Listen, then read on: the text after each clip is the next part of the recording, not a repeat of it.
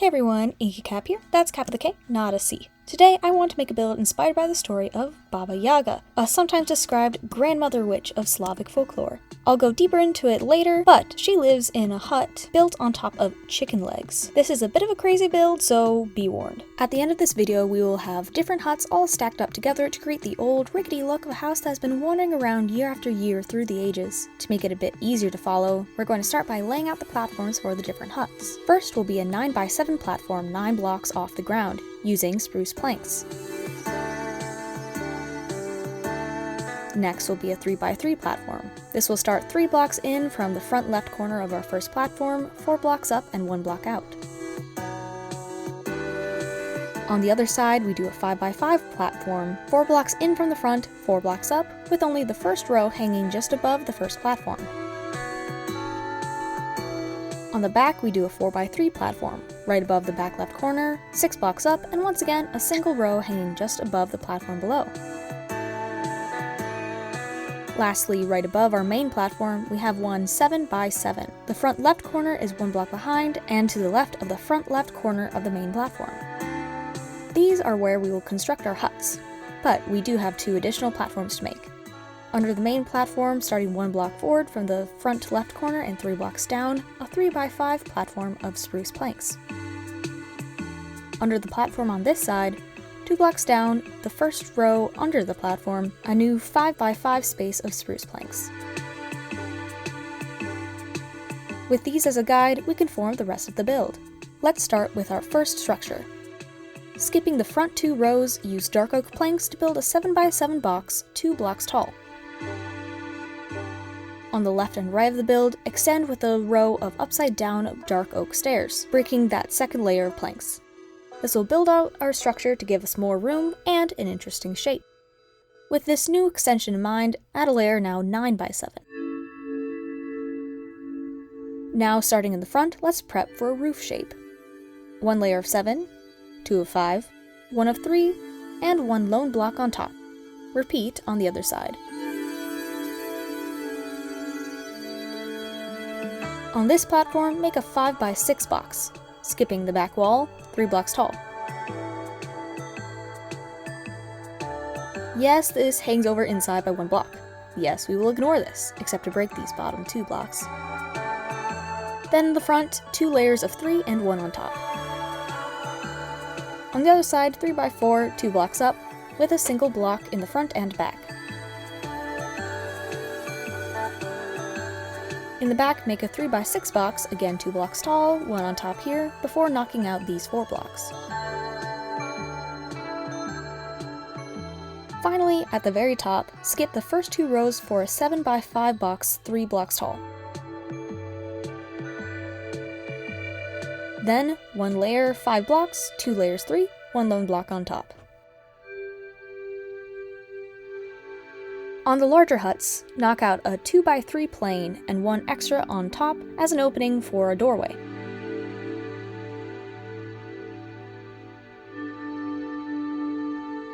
Surround a 2x2 opening with dark oak fence. On the main hut, break 3 blocks for a window of yellow glass panes. At the top, 2 in the front and back. On the 3 others, just 1 block. Now, working around these structures, we can start our roof. For starters, top the structures with warped planks, making sure to have the roof hang over by 1 block in the front and back, if applicable, but not the sides, leave them smooth.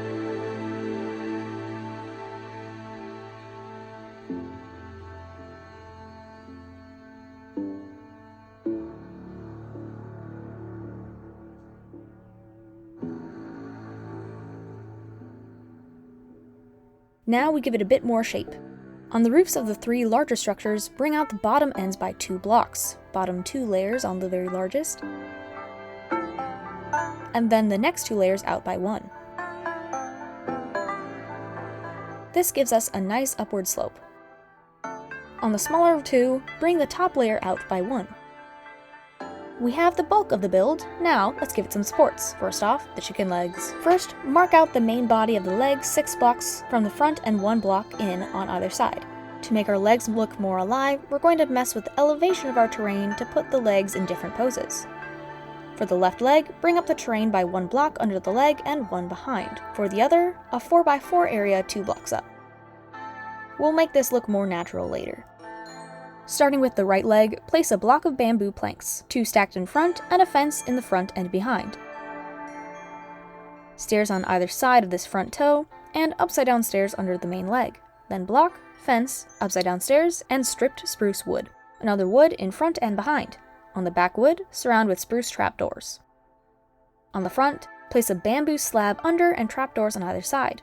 Finish off with just one last upside down bamboo stair.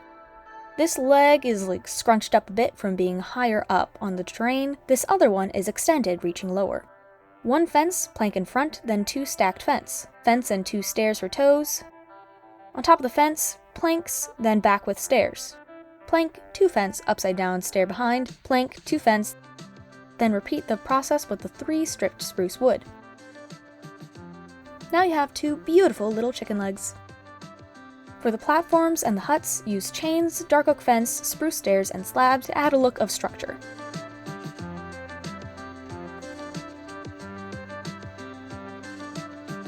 We still need a way to get up to the build from the ground, and really what makes the most sense for the vibe would be rope ladders. We don't have these in Minecraft, but we do have something almost as good. Use spruce trapdoors to lead up to the lowest platform, knocking out the bottom trapdoor so mobs won't climb up, and indent the main platform by 1 above the middle of the lower spot, and place a couple more trapdoors.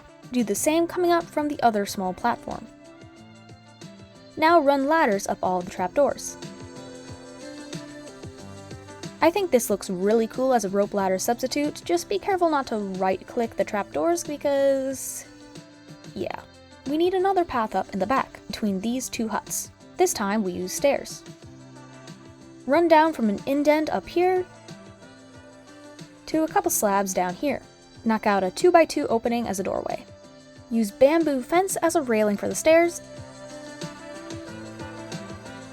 and on these platforms. Now that all of our bits and bobs are in place, let's add some texture because, let's face it, this chicken house is looking a bit bland. For the dark oak, texture with dark oak wood, stripped dark oak wood, spruce wood, and stripped spruce wood, as well as spruce logs on the edges to give a log cabin look.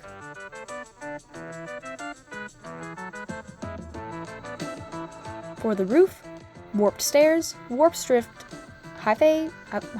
something like that, stripped blue wood, waxed oxidized copper, waxed weathered copper, and trapdoor versions for both the warped planks and the 2 coppers. This combo gives a worn, dented look. For the platforms, because yes, platforms deserve to look like grungy witchy platforms, use spruce slabs and trapdoors for texture and to give the look of exposed supports. Now let's spruce up the inside. Spruce, because we used... never mind. Starting from the open platform over here, make a loft of spruce slabs 2 blocks from the right side and 3 from the back. Line the edge with bamboo fence. Add stairs up to here. 2 blocks over, knock out an opening to run a ladder down to the first floor.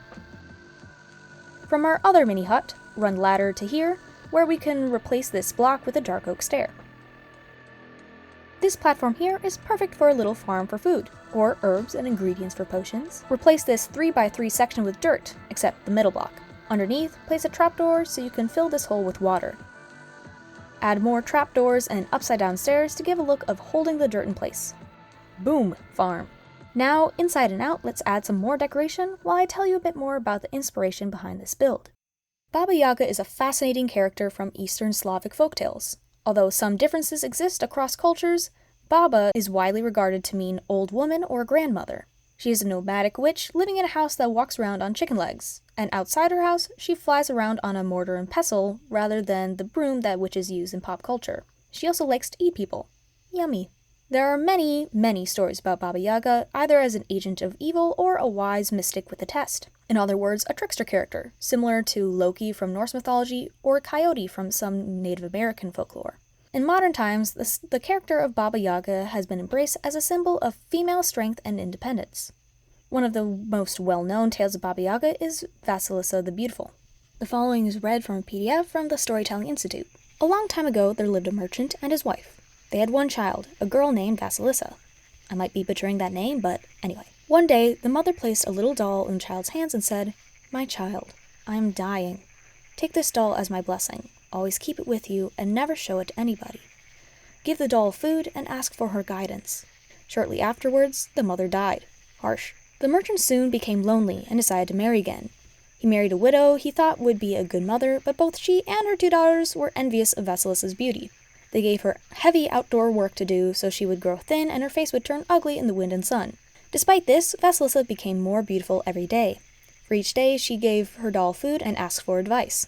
Having finished eating, the doll would help with the tasks and even bring Vasilisa herbs to prevent sunburn. Don't your dolls become sentient and wander around and help you with stuff? As the years passed, Vasilisa grew ever more beautiful as her stepmother's hatred of her intensified.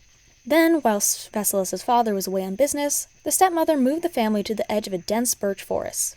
This was not just any birch forest, for in this forest lived the terrifying witch Baba Yaga, a witch who ate people like others ate chicken. Every day, the stepmother sent Vasilisa into the forest, but the girl always returned safe and sound with the guidance of her magic doll. Then one night, the stepmother crept around the house and extinguished all the candles. As the last candle faded, she said in a loud voice, "It's impossible to finish our work in the darkness. Someone must go to Baba Yaga and ask for a light." "I'm not going," said the first stepdaughter, who was stitching lace. "I can see my needle." "And I'm not going," said the second stepdaughter, who was knitting socks. "I can see my needle." So Vasilisa was thrown out into the dark, forbidding forest. Despite her fear, she fed her magic doll and asked for its advice. How does a doll eat anyway? I don't understand that. "Don't be afraid, Vasilisa," said the doll. "Go to Baba Yaga and ask her to give you a light." All that night, Vasilisa walked nervously through the forest, holding the doll who guided her path. Then suddenly, she saw a horseman rushing by. His face and clothes were white, and he was riding a white horse. As he passed, the first light of dawn appeared across the sky. Then another horseman came by. His face and clothes were red, and he was riding a red horse. As he passed, the sun began to rise. Vasilisa had never seen such strange men, and she was surprised. She walked all day, until at last she came to Baba Yaga's hut, which stood forbidding on its large chicken legs. A fence made of human bones surrounded the hut. It was crowned with human skulls. The gate had a set of sharp teeth that served as a lock. Vasilisa was terribly afraid. Suddenly, another horseman galloped by. His face and clothes were black, and he was riding a black horse. I'm sensing a pattern here. He rode through the gates and disappeared. As he passed, night descended. As the sky darkened, the eyes of the skulls began to glow. Their light illuminated the forest. Vasilisa trembled. She wanted to run, but her legs would not move. Almost immediately, she heard a hideous noise. The earth shook, and the trees groaned, and there was Baba Yaga riding in her mortar. She stopped and sniffed the air. "I smell human!" she cried. "Who is here?" Vasilisa stepped forward, trembling with fear. She said, "I am Vasilisa. My stepmother sent me to you to ask for a light." "I know of her," Baba Yaga replied. "Stay with me for a while. If you work well, I will give you a light. If you do not, I will cook you and eat you." Sounds like a pretty good deal. Baba Yaga commanded the gates open and rode in. Vasilisa followed, and the gates closed fast behind her. As they entered the hut, Baba Yaga ordered Vasilisa to bring her what was on the stove. There was enough food to feed 10 men. Then, from a cupboard, she collected kvass. I hope I pronounced that right. I'm sorry to all the Slavic people in the comments. A drink made from fermented rye flour, mead, a drink made from fermented honey, beer, and wine. Baba Yaga ate and drank everything. She left Vasilisa nothing but a crust of bread. "I'm tired," Baba Yaga said. "Tomorrow, Vasilisa, you must clean the yard, sweep the hut, cook the supper, and wash the linen. Then you must go to the corn bin and separate seed by seed the mildewed corn from the good corn. And mind that you remove all the black bits. If you don't complete these tasks, I will eat you." Soon, Baba Yaga started snoring. Her long nose rattled along the roof of her hut. Vasilisa took her doll out of her pocket, gave it a crust of bread, and said, "Please help me. Baba Yaga has given me an impossible task to do, and if I fail, she will eat me." The doll replied, "Don't be afraid, Vasilisa. Eat your supper and go to bed. Mornings are wiser than evenings." Although Vasilisa woke early the next morning, Baba Yaga was already up. Vasilisa went to the corn bin and found the doll picking out the last black bits. The other tasks were also fulfilled. The doll said, "All you have to do now is prepare the supper, and after that you can rest." Vasilisa thanked the doll and went to prepare supper. She cooked the food, laid the table, and waited. As the skull's eyes began to shine, the trees groaned, the earth trembled, and there was Baba Yaga. "Have you done what I told you?" she asked Vasilisa. "Yes," replied the girl. Baba Yaga was very upset, for she wanted to eat the girl, But the tasks were all completed. Hiding her anger, she said, "Very good," and then cried loudly, "My faithful servants grind the wheat." From nowhere, 3 pairs of hands appeared. They took the wheat and vanished. Baba Yaga ate the supper and said to Vasilisa, "Tomorrow you must do the same tasks, and then you must go to the storeroom and sort out the dirt from the poppy seeds." The next morning, Baba Yaga again rode off in her mortar. Vasilisa, with the help of her doll, finished the tasks. In the evening, the old woman came back and checked everything over. 3 pairs of hands appeared. They took the bin of poppy seeds and vanished. Baba Yaga sat down to eat. "Why do you sit there so quiet and still?" she asked Vasilisa. "I'm afraid to speak," said Vasilisa. "Would you mind if I asked you some questions?" "Ask if you want," said Baba Yaga, "but remember, not every question has a good answer." Vasilisa hesitated, then spoke. "On my way here, I saw a white horseman. Who was he?" "That was my bright day," answered Baba Yaga. Vasilisa continued. "Then I saw a red horseman. Who was he?" "That was my red son," answered Baba Yaga. "And then a black horseman overtook me whilst I was standing outside your gate. Who was he?" "That was my black midnight," answered Baba Yaga. "These horsemen are my faithful servants. Have you any further questions?" Vasilisa remembered the 3 pairs of hands, but remained quiet. "Now, I have a question for you. How have you managed to carry out all the work so quickly?" Vasilisa replied, "My mother's blessing helped me." "I knew it," said Baba Yaga. "You'd better be gone. I will not have people with blessings in my home." With that, the old woman pushed Vasilisa out of the hut and through the gate. Then she took one of those skulls, stuck it on the end of a stick, and gave it to the girl, saying, "Here's a light for your stepmother and her daughters. That's what you came for, isn't it?" She walked all day, and by evening she reached the home. As she approached the gates, she was about to throw away the skull, but suddenly she heard a muffled voice say, "You must keep me. Your stepmother and daughters have need of me." The girl carried the skull into the woods, 'cause skulls talk always, that's normal. As she entered, the skull fixed its eyes on the stepmother and her 2 daughters. Its eyes burnt them like fire.